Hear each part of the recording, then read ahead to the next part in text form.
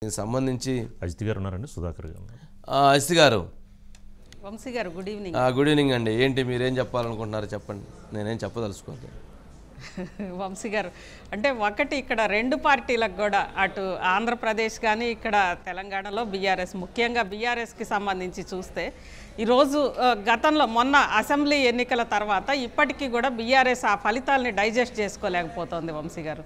దాంతోపాటు ప్రతిరోజు వాళ్ళ పట్ల జరుగుతున్న ర్యాగింగ్ కానీ ఏమైనా ఇక మొత్తం మీద అక్కడ ఈ అసెంబ్లీలో జరుగుతున్న అంశాలు వీటన్నిటి నేపథ్యంలో సరే కాంగ్రెస్ ఇప్పటికీ కూడా గతంలో కంటే ఇంకా బలంగా ఉన్నాము, ఈసారి లోక్సభ ఎన్నికల్లో ఖచ్చితంగా 10 నుంచి 12 వరకు కూడా స్థానాలు ఎంపీ స్థానాలు తెచ్చుకుంటామనే విశ్వాసంలో కాంగ్రెస్ ఉంది. అదేవిధంగా అసెంబ్లీ ఎన్నికల్లో చూస్తే ఇక్కడ హైదరాబాద్ జీహెచ్ఎంసీ పరిధి మొత్తంలో కూడా బీఆర్ఎస్ దాదాపు స్వీప్ చేసిందని అనుకోవాలి.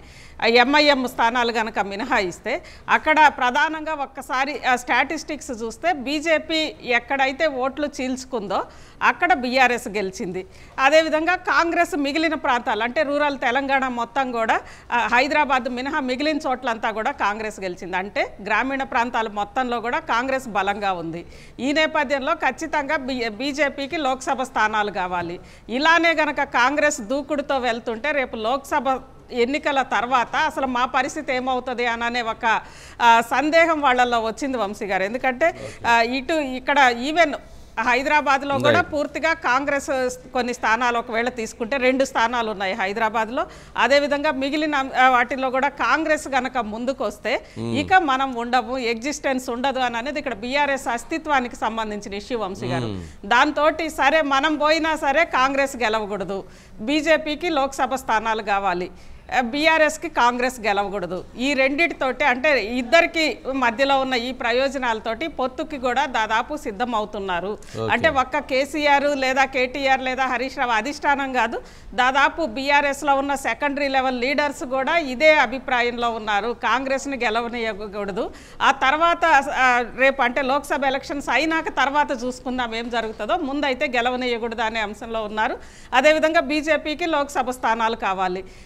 ఇక్కడ మళ్ళీ ఒకవేళ బీజేపీ కనుక లోక్సభ స్థానాలు రాకపోతే కాంగ్రెస్ వస్తుంది, అది బీజేపీకి నష్టం. కాబట్టి ఖచ్చితంగా పొత్తుకి వెళ్ళే అవకాశం కనిపిస్తోంది వంశీ గారు.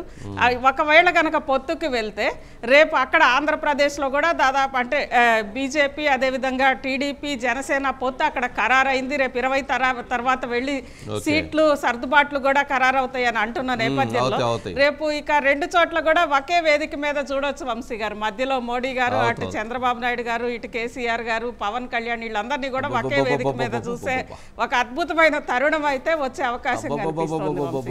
అది అద్భుతమైన తరుణమా, అద్భుతమైన ఘట్టం, చెప్పాలి నా వల్ల కావట్లేదు కొన్ని రాజకీయాల్లో.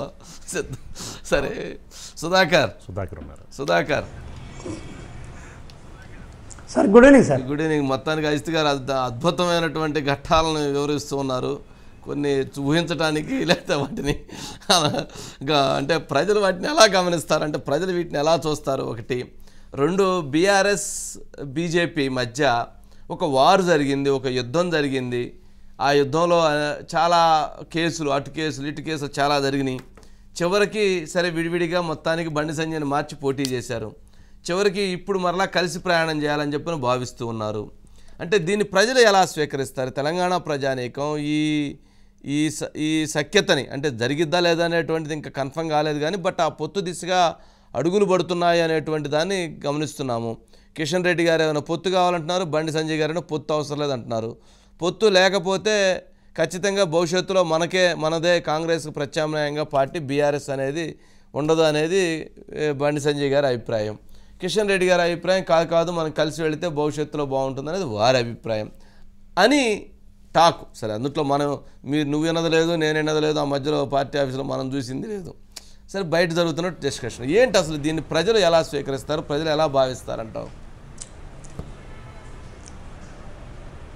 సార్ ఇది పొత్తు అంశాన్ని పరస్పర రాజకీయ అవసరాలు, వ్యక్తిగత అవసరాలు ఈ రెండు ప్రధానంగా చూడాల్సి ఉంటుంది సార్. బీఆర్ఎస్కి ఇప్పుడు బీజేపీ అవసరం ఏముందంటే, ఒకటి ముందు రాజకీయంగా ఉండాలి, అదేవిధంగా వ్యక్తిగతంగా మా మీద ఇబ్బంది కాకూడదు. ఇంతకుముందు మీరు చెప్పినట్టు సార్ కేసులు అనేక వ్యవహారాలు ఉన్నాయి. కవితకు సంబంధించిన లిక్కర్ కేసు ఉంది, రేపు కాళేశ్వరం సంబంధించిన కేసు తెర మీదకి రాబోతుంది, హైదరాబాద్ శివారు ప్రాంతంలో భూముల వ్యవహారం, ఇవన్నీ కూడా కేసీఆర్ కుటుంబానికి ఉచ్చు బీసుకోబోతుంది, లేకుంటే కేసులు తెర మీదకి రాబోతున్నాయి. కాబట్టి ఆ కేసుల నుంచి బయటపడాలంటే, ఆ కేసుల నుంచి కొంచెం సేఫ్ జోన్లో ఉండాలంటే రేపు కేంద్రంలో అధికారంలో ఉండబోయే పార్టీతో పొత్తుంటే మంచిదని ఒకటి లాభిస్తుంది సార్.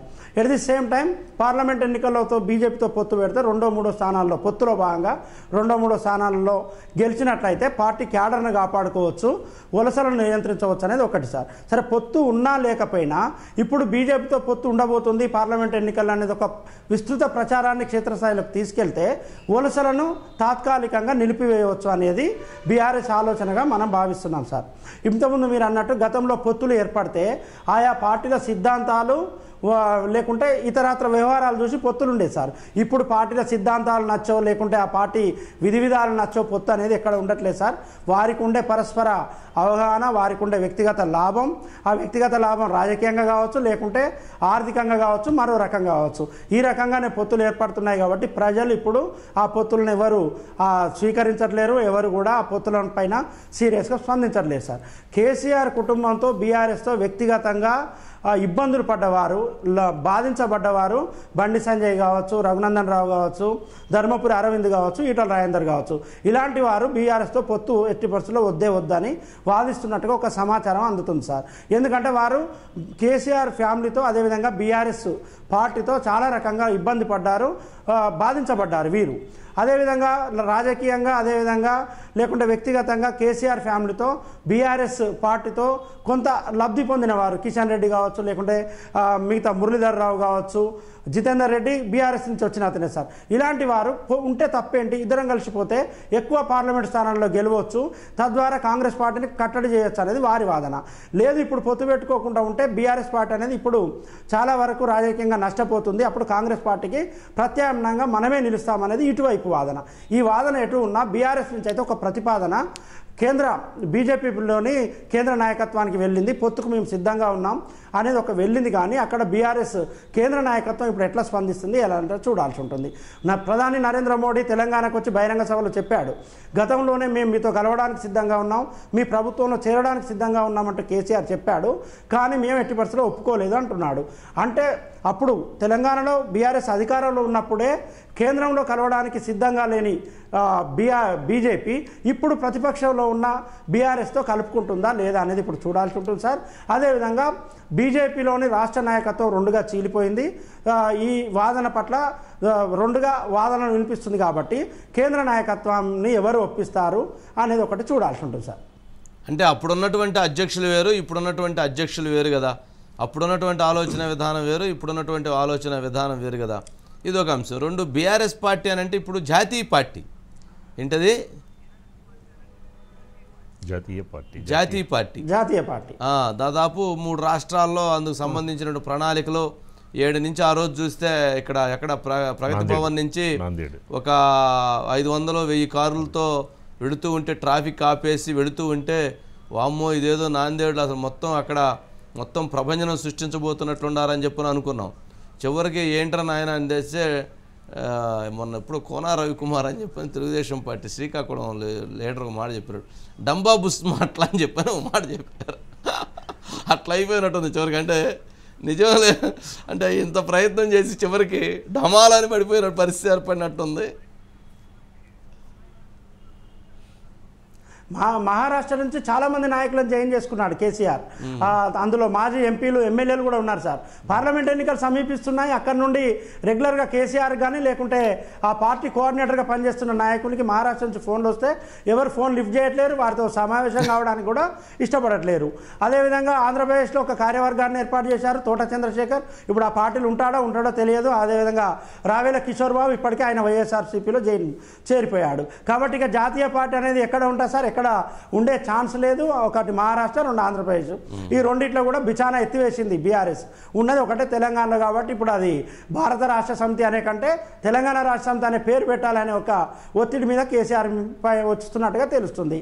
ఇంకోటిసారి కేసులకు సంబంధించి ఎప్పుడు కేంద్ర ప్రభుత్వం నోటీసులు ఇస్తుంది కవితకి, అదేవిధంగా ఆప్ అధ్యక్షుడు ఆయనకి నోటీసులు ఇస్తుంది. ఆ నోటీసులకు వీరు వెళ్ళరు, అది కాదు పోదు, మళ్ళీ ప్రశాంతంగా ఉంటారు, మళ్ళీ వారం 10 రోజులు మళ్ళీ నోటీసులు వస్తుంటాయి. కాబట్టి ఎక్కడ కూడా పరస్పర రాజకీయ అవసరాలు అనే దానిపైన ఆ రాజకీయ పార్టీలకు ఉన్న అవసరాలే కానీ ప్రజల అవసరాలు ఏంటి, ప్రజలు ఈ పొత్తును కోరుకుంటున్నారా లేదా, ప్రజలు ఈ పొత్తును విశ్వసిస్తారా లేదా, అసలు ఆహ్వానిస్తారా లేదా అనేది ఎవరికి అవసరం లేదు సార్ ఇక్కడ. సరే, బాగానే ఉంది. సరే, రిజల్ట్ ఎట్లా ఉండిద్ది అనేది కదా ఇంపార్టెంట్. ఆ రిజల్ట్ని బట్టి చూద్దాం Sudhakar. Right, thank you. Next అండి